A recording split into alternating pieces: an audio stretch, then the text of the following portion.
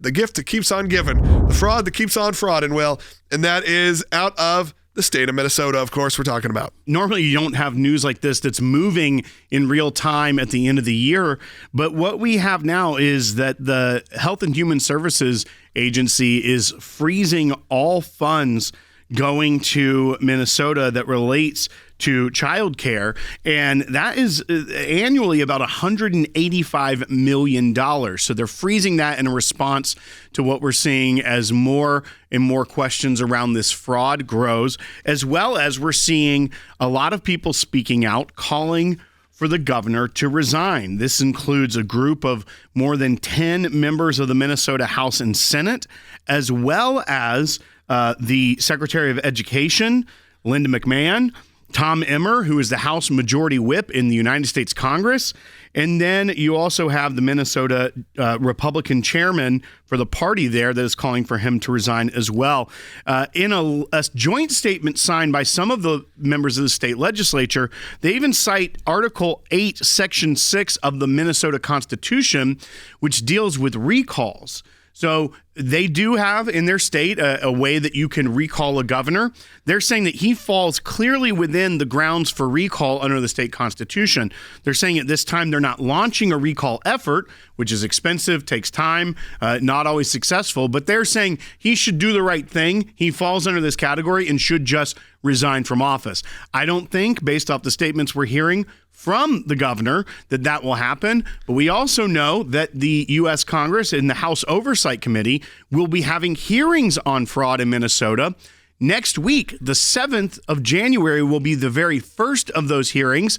They are also trying to get Governor Walz to come before the committee voluntarily. I have a feeling, if not, they may try to use other routes like a subpoena to try and get him on the record as the House does their oversight duty. This was also interesting, and I think it goes to a broader thing that we're talking about here, because remember, we were originally talking about COVID money fraud, and there was that big case, Feeding Our Future, $250 million just from one group. That was when the fraud was only at $1 billion that they were saying was taken in Minnesota. And a lot of that had to do with COVID money. A lot of it had to do with Medicaid fraud in other areas, not necessarily with the childcare. But that was one angle of it. Then we see this viral video that goes around. And once again, we should also caution people that when you see this, it is raising questions, but it also, you have to be reserved. Remember, this is one person doing an independent report. And in many of the places that don't want to talk to him, that doesn't necessarily mean that each and every daycare center is a fraudulent operation. So just be careful on that. But it does appear there is a bigger problem in Minnesota. We know that there had been some convictions in this back in 2018.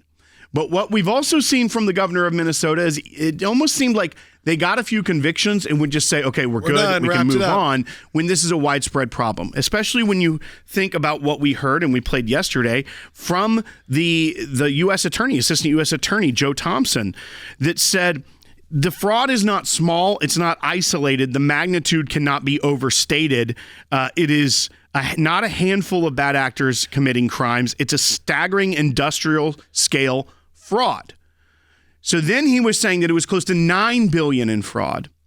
Then you start to hear this story about the daycare centers, which there had already been problems with, but then there's more than that. We also know that, and this is something that hasn't been talked about a lot, but over a week ago, the Secretary of Education, Linda McMahon, had sent a letter to the governor of Minnesota about another angle of fraud that even since she came to office in 2025, they have uncovered what they call 1,834 ghost students, which are effectively not real people. Okay, there's no identification. A lot of times it's not a real person. Sometimes these people don't even live in the United States.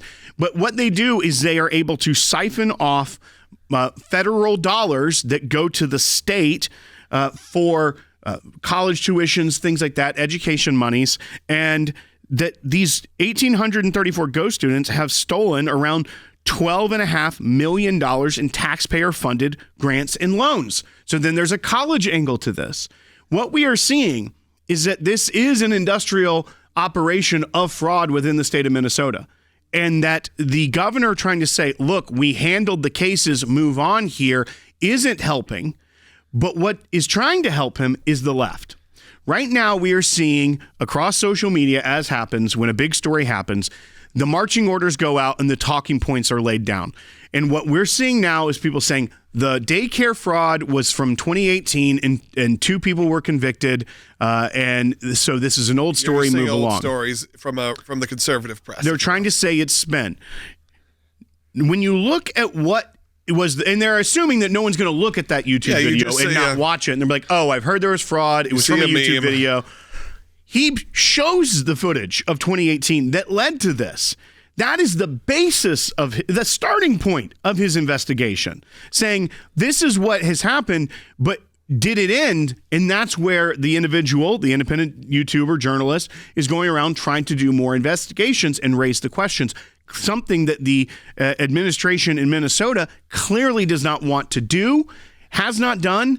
And I tend to think that the U.S. attorney that is looking into this, that says it is industrial, it is staggering, it is swamping Minnesota and calling into question everything we know about our state. I think that should put to bed any of those spin that this is old news, nothing to see here, move along, that this is a real problem in Minnesota. Yeah, clip that, as they say. Send that to your friends who are posting things like that, who are just simply sharing a meme that they don't know the background about that. Because look, I even texted Will. I said, this is the spin. What's the response? And then he laid that out essentially exactly like that for me, is saying, here's what they're saying. Here's why we know that's not true. And here's why we know it's spin. Even what Doge did at the beginning of the term, where you'd see how just that it was blank checks just going out. Like there was no accountability. People applying for grants, requesting it, and just getting it, especially if they were a left-leaning group. That it may not even be that some people, Derek, are criminally contributing to the fraud in the state government, where they think we know these people are not really a daycare center, or they are not really feeding families when all these grants that they're asking for, all this COVID money relief that they're getting. But what they're not doing is just negligence. They aren't doing any due diligence to see if these are even real organizations or real people, or that they're checking on the back end. Is this actually feeding people? A lot of it, the people are just filling out the paperwork. And that was how some of these early daycare centers got caught, is that they were people going in, filling out paperwork for children and then taking the children away. And they were getting a kickback for that. That was what was convicted in 2018. So I think that's the big problem too, is that in many states and at the federal level as well, and hopefully some of that's getting cleaned up, but there's a long way to go, is that all of these checks on the system are just almost non-existent when it comes to giving taxpayer dollars away.